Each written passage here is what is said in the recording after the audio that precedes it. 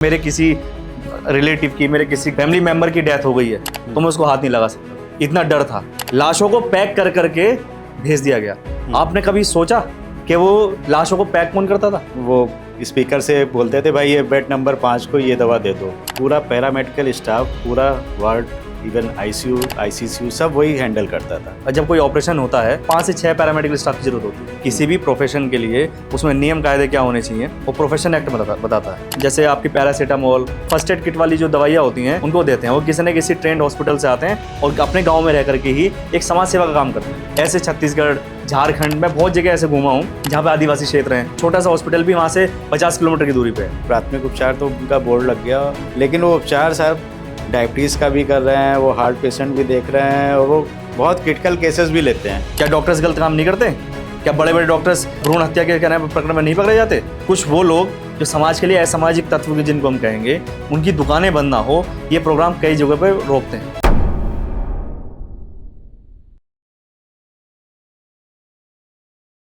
धरती पर डॉक्टर्स को भगवान के बाद दूसरा दर्जा दिया जाता है, लेकिन इन डॉक्टर्स के पीछे एक बहुत बड़ी टीम होती है पैरामेडिकल स्टाफ की, जिसमें नर्स आते हैं, टेक्नीशियन आते हैं, लैब टेक्नीशियन होते हैं, और इनका काम भी उनको वो पहचान आज तक नहीं दिला पाया जिसके वो हकदार हैं। नमस्कार, वंदे मातरम, जय हिंद। एक बार फिर से आपका बहुत बहुत स्वागत है तिवारी जी टॉक शो के इस बहुत ही खास एपिसोड में। आज हमारे साथ में हैं national allied health professional association के वाइस प्रेसिडेंट अभिषेक गिरी जी। अभिषेक जी, बहुत बहुत स्वागत है आपका तिवारी जी टॉक शो में। बात करेंगे आज पैरामेडिकल स्टाफ जो होता है, डॉक्टर्स के पीछे की टीम, और उनको कई मायने में ये देखा गया है कि वो दर्जा नहीं मिल पाता है। हालांकि उनकी मेहनत बहुत होती है। मैंने देखा है उनको कई बार कोरोना काल में डॉक्टर्स नहीं जाते थे वार्ड के अंदर और वो दिन रात सेवा में लगे रहते थे। तो आज आप देखते हैं, आप बहुत बड़ा काम कर रहे हैं इस फील्ड में, नेशनल लेवल पे कर रहे हैं। तो आपके दृष्टिकोण से क्या क्या मुख्य समस्याएं, अगर आपसे मैं पूछूं, तो आ रही हैं? तिवारी जी, हमारी जो एसोसिएशन है वो 2021 से पैरामेडिकल के लिए, यानी हेल्थ केयर के लिए काम कर रही है। पैरामेडिकल, आप पैरामेडिकल, खैर अब गवर्नमेंट ने प्रोहिबिटेड कर दिया है। अच्छा। हाँ, 1 जुलाई 2025 को गवर्नमेंट ने एक सर्कुलर जारी किया है कि पैरामेडिकल शब्द अब यूज़ नहीं किया जाएगा। लेकिन देश की आज़ादी से लेकर आज तक पैरामेडिकल जो हमारे हेल्थ कर्मी हैं, यानी जो दिन रात सेवा कर रहे हैं, उनके लिए ना तो गवर्नमेंट ने कभी सोचा, ना ही कभी आम जनता ने सोचा। मतलब जड़ें तो हैं, पैरामेडिकल स्टाफ को मैं जड़ें कहूँगा। पेड़ होता है, अगर जड़ें मजबूत ना हो तो आपको पता ही है, जड़ें मजबूत तो पेड़ गिर जाएगा। 2021 में हमने इंडियन पैरामेडिकल एसोसिएशन के नाम से मैंने हमारी पूरी राष्ट्रीय कार्यकारिणी ने, जिसके अध्यक्ष कर्नल बीपी तोमर सर हैं, उनका ये विजन था कि इनके लिए भी कुछ किया जाए। अब इंडियन पैरामेडिकल एसोसिएशन के नाम से हमने गठन किया, जिसका नाम आज गवर्नमेंट की अनुशंसा के आधार पर हमने national allied health care profession association रखा गया। वो भी चेंज हुआ है 1 जुलाई 2025 के बाद। आपने देखा होगा कोरोना टाइम, कोई भूल ही नहीं सकता उस भयानक मंजर को, कोई नहीं भूल सकता। कितने अपने खोए। तिवारी जी, 2020-21 में जो ये मंजर आया, उसमें हमारे एलाइड हेल्थ केयर स्टाफ ने, यानी पैरामेडिकल स्टाफ ने जो अपनी भूमिका निभाई है, उसको पूरा विश्व कभी नहीं भूल सकता। जब कोई व्यक्ति, यानी कि अगर क्या मेरे किसी रिलेटिव की, मेरे किसी घर फैमिली मेंबर की डेथ हो गई है तो मैं उसको हाथ नहीं लगा सकता था, इतना डर था। लाशों को पैक कर करके भेज दिया गया। आपने कभी सोचा कि वो लाशों को पैक कौन करता था? उस भयानक स्थिति में कौन था? क्या डॉक्टर्स पैक करते थे उनको? हमारा यही पैरामेडिकल स्टाफ था, जिनके विषय में इनकी उपलब्धियां बहुत हैं, लेकिन इनके सम्मान के लिए, इनकी सुरक्षा के लिए ना सरकार का ध्यान आकर्षित हुआ, ना आम जनता का हुआ। कभी कभी देखता हूँ मैं, बेचारे कहूँगा मैं उनको, मैंने देखा है कि उनकी मतलब 3-3 शिफ्ट लगातार करनी पड़ती है उनको। और मेरा जब बातचीत हुई तो उन्होंने कहा, सर छुट्टी नहीं दे रहे हैं क्योंकि स्टाफ की कमी है, स्टाफ नहीं है। और कोरोना में तो मैंने देखा है कि डॉक्टर्स बाहर स्क्रीन में देखते रहते थे वार्ड का उनके पास में, और वहीं से वो स्पीकर से बोलते थे भाई ये बेड नंबर 5 को ये दवा दे दो या ये कर दो, और सारा पूरा पैरामेडिकल स्टाफ, पूरा वार्ड, इवन आईसीयू आईसीसीयू सब वही हैंडल करता था जी। डॉक्टर्स बहुत कम या दिन में एक बार जाते होंगे मेरे ख्याल से विजिट में, वरना नहीं जाते थे वार्ड के अंदर। ईश्वर का रूप है डॉक्टर्स, लेकिन जो ये हमारे पैरामेडिकल स्टाफ हैं या अलाइड हेल्थ केयर जो स्टाफ है, मैं इनकी भूमिका डॉक्टर से भी ऊपर मानता हूँ, माँ की भूमिका मानता हूँ उनकी। जैसे अगर एक बच्चा बीमार हो जाए तो माँ किस तरीके से अपने बच्चों का देखभाल करती है, आपने भी देखा होगा, मैंने भी देखा है। हाँ, आईसीयू में अंदर नहीं जाने देते हैं, आईसीयू में अंदर नहीं जाने देते। और सिस्टर्स, वो बच्चे जो नवजात पैदा होते हैं उनको मातृत्व का प्यार वो देती हैं, नर्सिंग स्टाफ देती है जी, पैरामेडिकल स्टाफ है। एक डॉक्टर को जब कोई ऑपरेशन होता है तो 5 से 6 पैरामेडिकल स्टाफ की जरूरत होती है। अगर एनेस्थीसिया वाला ना हो, एमएलटी डीएमएलटी मतलब सॉरी मेडिकल लैब वाले जो रिपोर्ट निकालते हैं, है ना, ओटी, आईसीयू टेक्नीशियन, ये सब लोग जो होते हैं पैरामेडिकल स्टाफ की संज्ञा में आते हैं। इनके बिना ऑपरेशन भी संभव नहीं है। अगर ये लोग हमारे हेल्थ केयर सेक्टर से बाहर हो जाएं तो आप समझिए कि हेल्थ केयर सेक्टर की रीढ़ की हड्डियां टूट जाएगा। सही बात है। आप देखिए कि आज तक मिनिमम वेजेस का प्रावधान नहीं है। कोई हॉस्पिटल में किसी को रखा जाता है, कोई 4,000 में, कोई 5,000 में। ये सारी समस्याएं हैं सर पैरामेडिकल स्टाफ की। दूसरा, इनका कोई प्रोटेक्शन एक्ट नहीं है। अगर कोई मरीज किसी मरीज का परिजन कोई हंगामा कर रहा है तो प्राइमरी लेवल पर आपको लगता है कि डॉक्टर पिटाई होती होगी डॉक्टर की? पहले तो ये लोग आते हैं, पहले यही लोग आते हैं, मोर्चा ये लोग लेते हैं, यही लोग मोर्चा लेते हैं। हाँ। और मैं आपको जैसे बता रहा था इसी अनुक्रम में पैरामेडिकल स्टाफ या अलाइड हेल्थ केयर स्टाफ के लिए, क्योंकि आज तक प्रोफेशन एक्ट, किसी भी प्रोफेशन के लिए उसमें नियम कायदे क्या होने चाहिए वो प्रोफेशन एक्ट बताता है। अब जैसे लागू हुआ है, लेकिन वेजेस का प्रावधान नहीं है अभी। मिनिमम वेजेस क्या हो, सैलरी मतलब किसी को 4,000, डिप्लोमा करके मध्यम वर्गीय परिवार आ रहा है और उसका बच्चा आ रहा है, किसी को 4,000, किसी को 5,000। ये मनमाना ढंग हमारा allied health care staff, paramedical staff face करता है। दूसरा, आप देखते होंगे, आप ग्रामीण क्षेत्र से बहुत लोग बिलोंग करते हैं। ग्रामीण क्षेत्र के अंदर जो प्राथमिक उपचार केंद्र होते हैं उनको भी CMSCD डॉक्टर्स बोलते हैं जी। वो भी अलाइड हेल्थ केयर के अंदर आते हैं। और उनका भी शोषण जो जितना किया जाता है शायद कोई और कर सके। अच्छा। उनका शोषण ऐसे किया जाता है कि वो जैसे आपकी पैरासीटामोल, जो फर्स्ट एड किट वाली जो दवाइयाँ होती हैं उनको देते हैं। वो किसी न किसी ट्रेंड हॉस्पिटल से आते हैं और अपने गाँव में रह करके ही एक समाज सेवा का काम करते हैं। लेकिन उनका शोषण क्या करते हैं अधिकारी। अच्छा। जाते हैं वहाँ पे, जाके कहते हैं भाई तुम ये गलत चला रहे हो, क्योंकि उन बेचारों को नॉलेज तो कानून की तो है नहीं। उन्हें कानून की नॉलेज, सिर्फ उन्हें हेल्थ केयर की नॉलेज है। वो देखते हैं कि हमारे आप देखिए, अगर किसी को बुखार हो गया और उसको टाइम पर एक पैरासीटामोल की गोली भी अवेलेबल नहीं है, ऐसे छत्तीसगढ़, झारखंड में बहुत जगह ऐसे घूमा हूँ जहाँ पे आदिवासी क्षेत्र हैं या ऐसे पिछड़े हुए गाँव हैं कि एक हॉस्पिटल, छोटा सा हॉस्पिटल भी वहाँ से 50 किलोमीटर की दूरी पे है। तो वहाँ पे प्राथमिक उपचार केंद्र खुलते हैं। माननीय सुप्रीम कोर्ट ने 2019 में एक ऑर्डर पास किया था कि जो CMSCD, जो झोलाछाप डॉक्टर की जिनकी आपको संज्ञा दी है, झोलाछाप डॉक्टर हैं क्या? इन्हें झोलाछाप डॉक्टर ना कहा जाए, इन्हें CMSCD यानी community medical service and essential drug यानी CMSCD डॉक्टर यानी प्राथमिक उपचार केंद्र के जो डॉक्टर हैं इनका कोई हैरेसमेंट नहीं करेगा अगर ये 120 मेडिसिन पे WHO की जो रिकमेंडेशन है उनके अनुसार काम कर रहे हैं तो। अच्छा। लेकिन फिर भी प्राथमिक उपचार से जो सेवा केंद्र हैं उनका शोषण फिर भी किया जाता है। अच्छा, लेकिन मैंने ये भी देखा है, यहाँ पे आपकी बात मैं रोक रहा हूँ अभिषेक जी, ये जो झोला छाप है, ठीक है जी, गवर्नमेंट ने ये व्यवस्था करी कि आप 1 साल का ये CM 18 मंथ्स का ये कोर्स कर लीजिए और आप झोला छाप नहीं कराएंगे, आप प्राथमिक उपचार देने के लिए एलिजिबल हो जाएंगे। लेकिन यहाँ पर बात मैं वही कर रहा हूँ कि वहाँ पर क्या होता है कि वो प्राथमिक उपचार तो उनका बोर्ड लग गया, लेकिन वो उपचार साहब डायबिटीज़ का भी कर रहे हैं, वो हार्ट पेशेंट भी देख रहे हैं और वो बहुत क्रिटिकल केसेस भी लेते हैं, लेकिन वो कहीं ना कहीं वो उस दायरे से तो बाहर जा रहे हैं फिर तिवारी जी। और फिर ऐसे केस बिगड़ के आते हैं कि झोला, आए दिन पेपर में आता है झोला छाप डॉक्टर ने ली इनकी जान। तिवारी जी, क्या आप मुझे इस बात का जवाब देंगे, क्या बड़े डॉक्टर्स ऐसा नहीं करते? जांच आप उस व्यक्ति की करा रहे हो ना जो फाइनेंशियली ज़्यादा मजबूत नहीं है। आप क्या बड़े हॉस्पिटल्स की अगर जांच करा दिया तो जांच में कोई फर्जी नहीं है? क्या डॉक्टर्स गलत काम नहीं करते? क्या बड़े बड़े डॉक्टर्स भ्रूण हत्या के कहना प्रकरण में नहीं पकड़े जाते? पकड़े जाते ना तिवारी जी? नहीं, बहुत कम है। नहीं, बहुत कम नहीं, बहुत ज़्यादा है। अच्छा, इसका रेशियो बहुत ज़्यादा है। अच्छा। भ्रूण हत्या का, क्या नाम है, बॉडी से पार्ट्स निकालने का। हाँ हाँ। अगर कोई व्यक्ति गलत है, हम गलत के साथ में है ही नहीं। अगर 120 मेडिसिन पे कोई CMSCD डॉक्टर अपना प्राथमिक उपचार सेवा केंद्र चला रहा है, हम अगर वो गलत काम कर रहा है तो गलत के लिए पनिशमेंट है।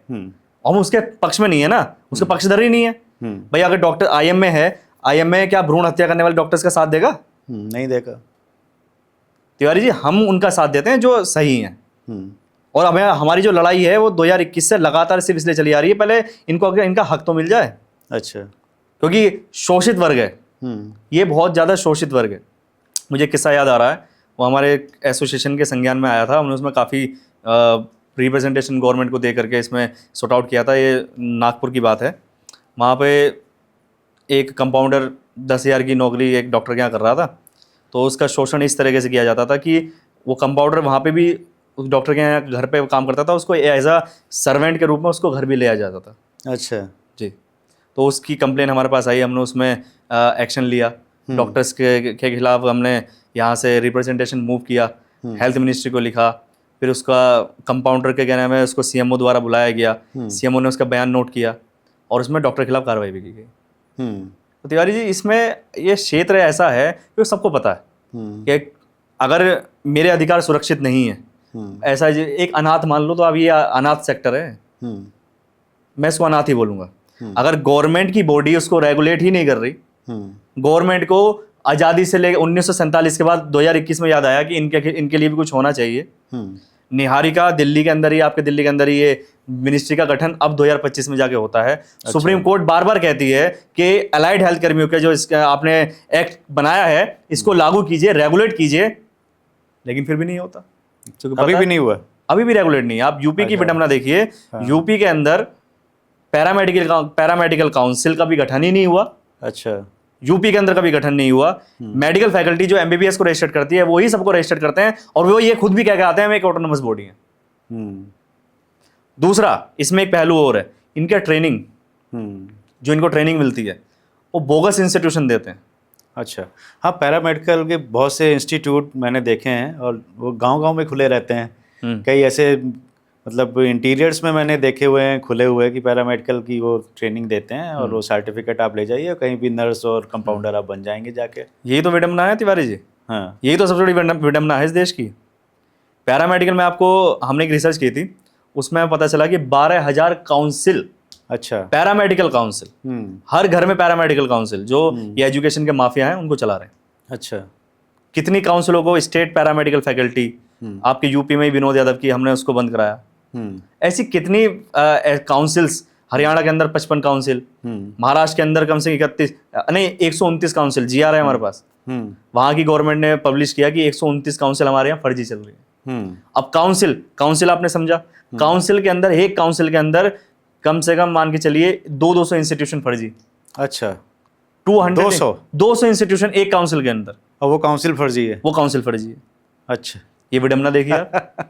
और आप रिसर्च कीजिए, आप गूगल पे डाल के देखिए बोगस काउंसिल्स। वैसे अगर मैं आपसे पूछूं कि किसी बच्चे को जाना है ट्रेनिंग के लिए और उसे कॉलेज का चयन करना है या स्कूल का, ये आपका इंस्टीट्यूट का चयन करना है, तो क्या क्या चीज़ें देखनी चाहिए?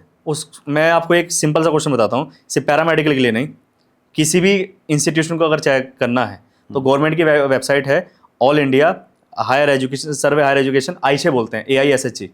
AISHE पे उन इंस्टीट्यूशन का रिकॉर्ड आता है जो गवर्नमेंट से परमिशन लिए हुए हैं। आज तक हमारे देश में ये जो भेड़ चाल का जो दौर है, आईशे का किसी को नहीं पता। गवर्नमेंट की वेबसाइट्स, गवर्नमेंट चीख चीख के कहती है कि जो इस वेबसाइट पे इंस्टीट्यूशंस आते हैं वो असली हैं। जो और चल रहे हैं, अदर देन चल रहे हैं, उनकी क्रेडिबिलिटी क्या है? कॉलेज बन जाता है, पैरामेडिकल कॉलेज बन जाता है, उनसे अगर पूछते हैं कि भाई आप कहाँ से चला रहे हैं, हम तो सर खुद चला रहे हैं। ऐसे इनसे अभी हमारे रिसेंट में हमारे मेरठ में ये बहुत बड़ा बवाल हुआ था। अच्छा, बवाल चल भी रहा है अभी। अच्छा, फेक कॉलेजेस का, फेक इंस्टीट्यूशंस का। हाँ। और ये बवाल मैं नहीं मानता 2021 के बाद ज़्यादा हुआ। हाँ। क्योंकि छोटी छोटी दुकानें खुल गई हैं, कॉलेज नहीं खुले, छोटी छोटी दुकानें। हाँ। एक बच्चे को देखना चाहिए कि उसका इंफ्रास्ट्रक्चर कॉलेज का क्या है। इंफ्रास्ट्रक्चर के लिए उसके पास क्या लाइब्रेरी है, लैब है, हॉस्पिटल्स हैं, हॉस्पिटल का MOU हो या हॉस्पिटल उसका टाइप हो या ट्रेंड स्टाफ है, नहीं। ये किस बात का फ़ायदा उठाते हैं ये मैं आपको बताता हूँ। पैरामेडिकल जो स्टाफ होता है हमारा, वो मध्यम वर्गीय परिवार होता है, मध्यम वर्गीय परिवार से बच्चे निकल के आते हैं। उनकी कंडीशन बच्चों की ऐसी नहीं होती कि वो, मतलब अगर मैं देखा जाए तो अच्छी फाइनेंशियल कंडीशन में नहीं होते। ये इनको टारगेट करते हैं बोगस इंस्टीट्यूशन। अच्छा। टारगेट ऑडियंस उनकी ये है कि जो बच्चा परेशान है, कहीं ना कहीं जॉब कर रहा है, ये कोई बच्चा अगर लैब पे जॉब कर रहा है तो उसके पास जाते हैं या उन तक अपना मैसेज पहुंचाते हैं। व्हाट्सएप आपको पता ही है आजकल के दौर में सोशल मीडिया कितना एक्टिव है, उस तक मैसेज पहुंचाते हैं कि भाई हमारे यहाँ ये डिप्लोमा होता है, आगे करिए आप। अब बच्चा उसको क्या कहते हैं कि आप नॉन अटेंडिंग कर सकते हैं। ये इनके लुभावने ऑफर होते हैं तिवारी जी, आप नॉन अटेंडिंग कर सकते हैं। चलिए फीस जो है आप तिवारी जी सुन के आपको शौक लगेगा कि 3-3 हज़ार रुपए में ये डिप्लोमा कराते हैं। अच्छा। 3,000 रुपए में टारगेट ऑडियंस। गवर्नमेंट ने बहुत अच्छा काम किया है इनको तोड़ने के लिए, डिजी लॉकर है ना, अब PEN number, permanent education number चालू किया, गवर्नमेंट के संज्ञान में है। क्योंकि बैकडेटेड सर्टिफिकेट बहुत ज़्यादा पब्लिश किए जाते हैं कि तू वहाँ पे जहाँ हॉस्पिटल में काम कर रहा है, ठीक है, हम तुझे एक सर्टिफिकेट दे देते हैं। 3,000 2,000 इतनी मानसिकता गिरी हुई लोगों की है। जो हमारे संज्ञान में आया था, हमने बच्चों का स्टेटमेंट नोट किया था कि 500 रुपए में भी सर्टिफिकेट दे देते हैं ये। कोई ट्रेनिंग नहीं, कुछ नहीं। अच्छा, 500 रुपीज ले जाओ। यस। और उसके बिहाफ पे नौकरी मिल जाती है। अब वो सरकारी देने वाला तो चेक करेगा, सरकारी नौकरी वाला तो काफी चेक होता है। हाँ। कुछ प्राइवेट जो हॉस्पिटल्स होते हैं, हाँ, वो तो आसानी से ले लेते हैं उनको। अच्छा, काम आना चाहिए, ये तो देखते होंगे ना। काम वो हॉस्पिटल में सीख के करता है। हाँ। लेकिन वेल ट्रेंड नहीं कह सकते आप उसको। हाँ।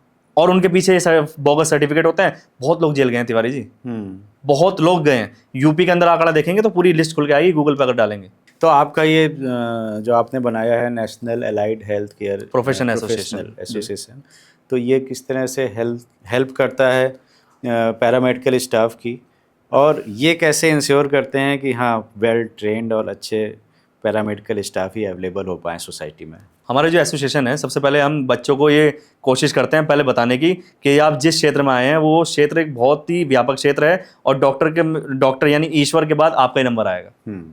हम उनको बताते हैं कि आपको आगे करना क्या है और कहाँ से करना है। अगर उनके साथ एसोसिएशन का अगर हमारे मेंबर है वो, उनके साथ कहाँ मिसबिहेव होगा, अगर होता है तो हम उनकी हेल्प कैसे करेंगे, ये हमारे यहाँ उनको इंश्योर किया जाता है। आप किसी भी उसमें जाएंगे, किसी भी सेक्टर में जाएंगे, मैं पेशे से वकील हूँ, एडवोकेट हूँ, हमारे लिए भी बार एसोसिएशन काफ़ी प्रावधान प्रोविज़न करती है। इंश्योरेंस नहीं होता इनका, क्या जो बीमारियों में 24 घंटे है उसका इंश्योरेंस नहीं होना चाहिए? इनका सबसे पहले होना चाहिए। इनका सबसे पहले होना चाहिए। हाँ। कौन सा हॉस्पिटल है जो इनका इंश्योरेंस कराता है? हाँ। लेकिन हमारी एसोसिएशन एक ऐसी एसोसिएशन है, अच्छा। अगर कोई मेंबर है, हमारी कोई लंबी चौड़ी फीस नहीं है। अच्छा। सुन के भी आपको कहने में ताज्जुब होगा, मात्र 1780 रुपये फीस है मेंबरशिप की, वन टाइम। अच्छा। जिसमें उसका इंश्योरेंस, उसकी हर तरह की जिम्मेदारी हमारी है। क्योंकि ऐसे हम जो समाज सेवा का काम कर रहे हैं, समाज सेवा में पैसा वैल्यू नहीं करता, हमारा जो मेंबर है उसके अधिकार वैल्यू करते हैं।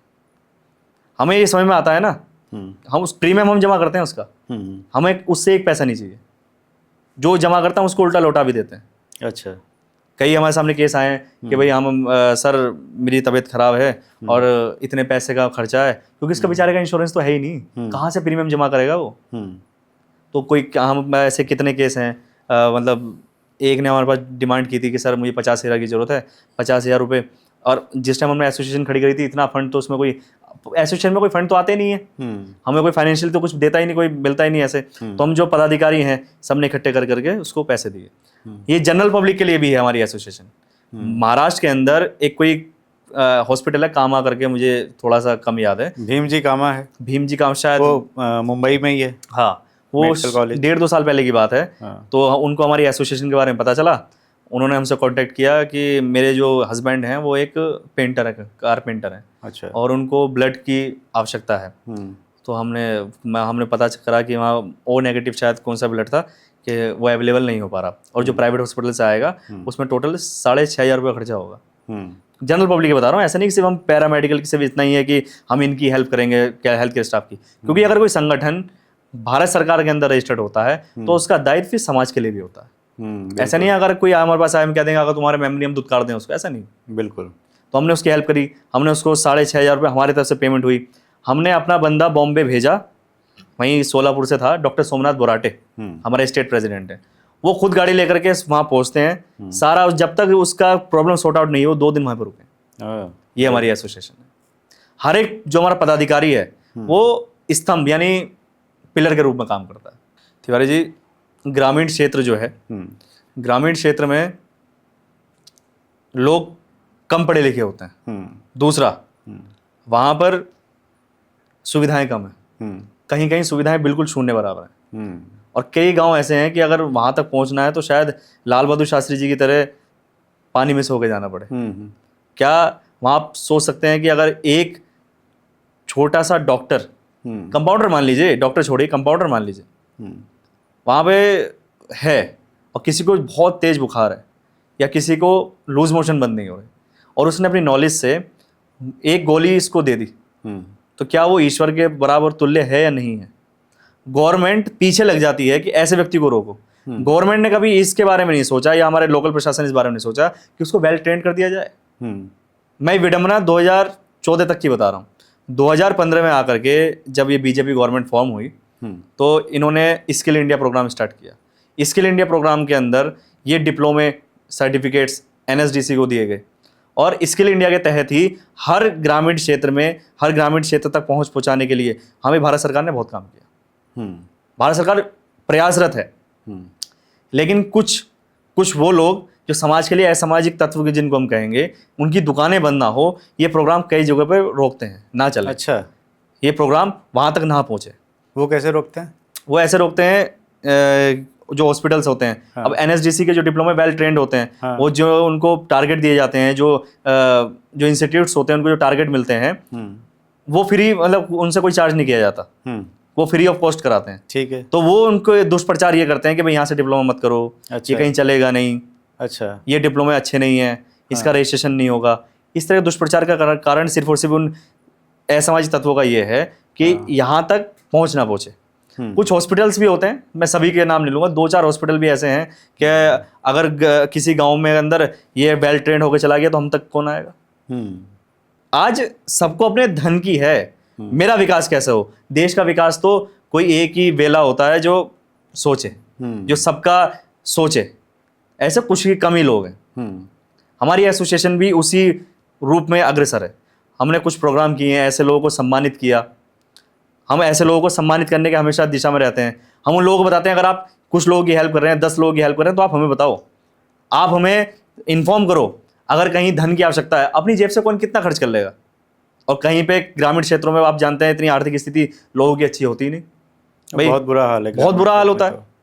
मैं खुद झारखंड, छत्तीसगढ़, आपका बिहार जैसे क्षेत्रों के अंदर, बिहार जैसे राज्यों के अंदर आपको पता ही है कि वहां तक सुविधाएं नहीं पहुंच पाती। तो ऐसे लोगों को हम फाइनेंशियली भी हेल्प करते हैं। अच्छा। वो फाइनेंशियल हेल्प जो हमारे जो पदाधिकारी होते हैं, क्योंकि सब अच्छे बैकग्राउंड से आते हैं, और जैसे कर्नल बीपी तोमर सर हैं तो वो एक अच्छी रैंक से हैं, लेकिन खुद उनके जो हमने आज तक उनको देखा है कि वो लोगों की हेल्प करने के सबसे ज़्यादा आतुर रहते हैं, क्योंकि जिस बैकग्राउंड से वो आते हैं, आर्मी से आते हैं, आर्मी का बैकग्राउंड, और उनको सैल्यूट कौन नहीं करता। अच्छा, मैं आपसे अगर पूछूं तो मिनिमम वेजेस की बातें लगभग हर सेक्टर में हुई हैं और बहुत से सेक्टर्स में लागू करी हैं गवर्नमेंट ने। तो इस सेक्टर, क्योंकि ये अनऑर्गेनाइज सेक्टर है, इस सेक्टर को लेके कुछ पॉलिसीज़ हैं गवर्नमेंट की मिनिमम वेजेस के लिए कि हाँ इतनी सैलरी मिलनी चाहिए। हमने रिव जो अभी 2021 में आया है उसमें अभी ऐसा प्रावधान, कोई प्रोविजन दिया नहीं गया। वो मिनिमम वेजेस एक्ट में, लेबर एक्ट में इनको डाला गया है। अच्छा। वो कोई इसका औचित्य नहीं बनता कि इनको इस एक्ट में लाया जाए। 2021 से लेकर जब इसमें कुछ नहीं हो पाया तो रिप्रेजेंटेशन हमने माननीय राष्ट्रपति महोदय को दिया था, और 15 सूत्रीय हमारा जो मांग का लेटर था, मांग पत्र था, उसमें 15 हमने मांगी थी। और माननीय राष्ट्रपति महोदय को अभी मुश्किल से मुश्किल 6 महीने पहले ही हमने इतनी चिट्ठियां भिजवाई थी, जिसका ये प्रभाव ये पड़ा कि 1 जुलाई 2025 को पैरामेडिकल शब्द गवर्नमेंट ने अपनी डिक्शनरी से निकाल दिया, और जिनको अलाइड हेल्थ केयर की संज्ञा दी गई, तो सम्मानित एक बात थी कि सम्मान की कोटि में अब हमारा अलाइड हेल्थ केयर स्टाफ आ चुका है। अच्छा। पैरामेडिकल नहीं, अलाइड हेल्थ कर्मी, प्रोफेशन एक्ट। हमारी जो लड़ाई अब जो जारी है वो प्रोटेक्शन एक्ट के लिए लागू है, मतलब जारी चल रही है, वो राज्य हैं जहां पर अलाइड हेल्थ केयर की काउंसिल कभी बनी ही नहीं। कुछ राज्य तो ऐसे रहे जिन्होंने इस विषय पे सोचा, काउंसिल का गठन किया। 2016 से ही ज़्यादातर क्या नाम है राज्यों में इनका गठन हुआ। जब हमारी ये बीजेपी गवर्नमेंट फॉर्म हुई, इसमें जो अच्छे क्या बोलते हैं मिनिस्टर्स, इन्होंने इस बारे में सोचा। नीति आयोग जो बना, जिसका नाम पहले योजना आयोग था, नीति आयोग के चेयरमैन खुद प्राइम मिनिस्टर सर हैं।